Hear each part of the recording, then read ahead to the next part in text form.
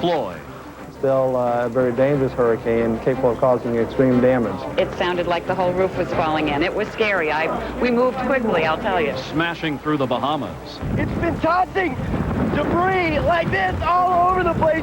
Rushing past Florida. There's a lot of debris. And at this hour, targeting the Carolinas. Tonight, we'll follow Floyd's path as the damage has begun. This is CNN Newsstand, with anchors Judd Rose in New York and Judy Woodruff in Washington, D.C. Thanks for joining us. Hurricane Floyd is churning toward the Carolinas. It's expected to make landfall near Wilmington, North Carolina in just a few hours. But we begin with a breaking story out of Fort Worth, Texas, where at least 6 people are dead in a shooting at a church. Police say among those dead is the gunman himself. The shooting happened at the Wedgwood Baptist Church in Fort Worth. Witnesses say the gunman walked into the sanctuary about half an hour after a prayer service for young people had started. He fired a shot and told everyone to keep still. Then he kept firing, pausing several times to reload. Witnesses say he finally shot himself. Ambulances took an as-yet undetermined number of injured people, including children, to hospitals. Bomb squads rushed to the scene after someone found a grenade. Here is how witnesses describe what they saw. See him load his gun, so we just dove and ran out the building. What do you have a man? No, he looked like a Unabomber. Yeah, sunglasses on. We thought it was a joke. We ran out. Some of us ran off the stage. We were hiding behind our amps. And I just saw him keep shooting and reloading. And he'd empty, he'd throw some more bullets in there. And he kept shooting. I seen him sit down and he kept walking back and forth in the very back aisle. And he kept shooting straight. And I was on the side looking through the door and the window. And he looked like he looked at me. So I got down and he started shooting. So I just went back and found people that were hurt and bad. Again, recapping this breaking story, a man opened fire during a prayer service at the Wedgwood Baptist Church in Fort Worth, Texas, killing at least 5 people and then turning the gun on himself. This is a story that we are going to be following through the hour. Joining me now on the telephone, I believe, Tony Rodriguez. He is. I'm sorry, we don't have that. We are going to try to bring you an interview with him a little later in the program. We're going to follow this throughout the hour. Now to Judd in New York. Thanks, Judy.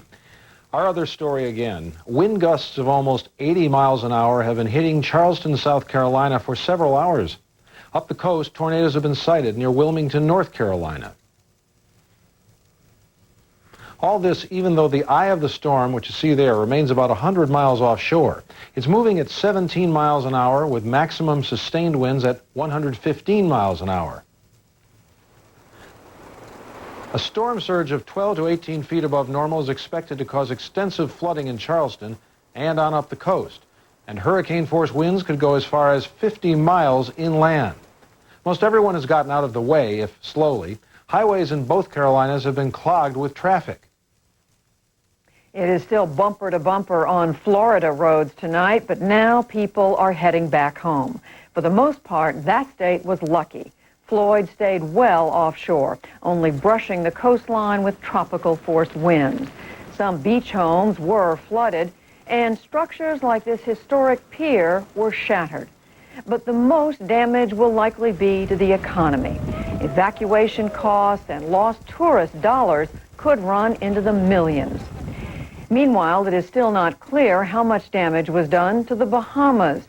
Communications are down in areas, and the main airport in Freeport is underwater.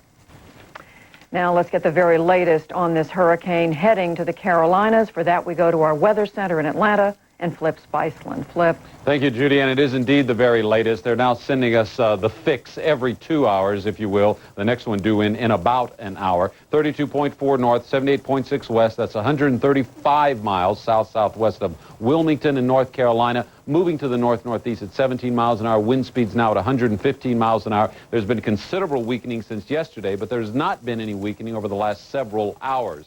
Now, as we jump ahead, you'll be able to see that there are still hurricane warnings in effect throughout much of the southeastern coast, as far north as Chincoteague, Virginia. To the north of that, you can see a tropical storm warning in effect. These maps are the ones that tell you just what the scope and the size of this hurricane is. For as far north as Massachusetts, a tropical storm watch is in effect at this hour.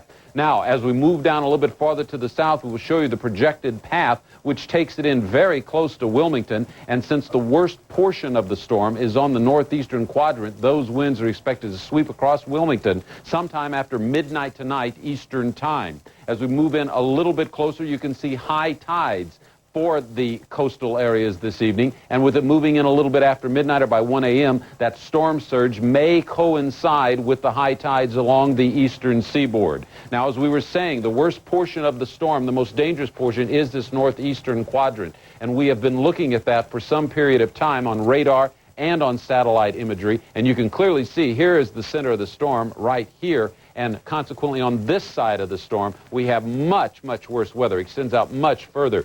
Bands are already sweeping into North Carolina, and numerous tornadoes have been reported. More later. Here's Judd.